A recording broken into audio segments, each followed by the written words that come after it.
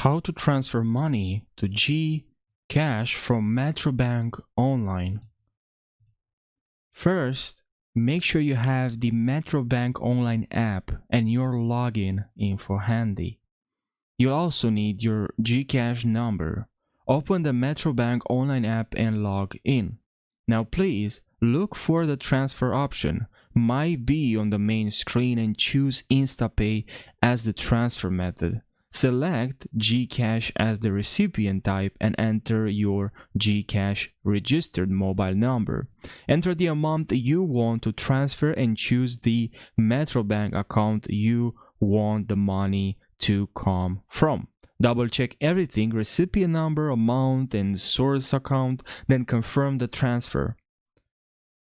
You'll get a one-time password on your Metrobank phone number. Enter that in the app to authorize the transfer. Once verified, you get a confirmation message from Metrobank. The money should be in your GCash in few minutes. There might be a small fee and it might take few minutes for the transfer to reflect in your GCash. You can also check your transaction history in both apps to make sure everything went smoothly. I hope you found this short video helpful. Thank you so much for watching and make sure you subscribe for more tutorials.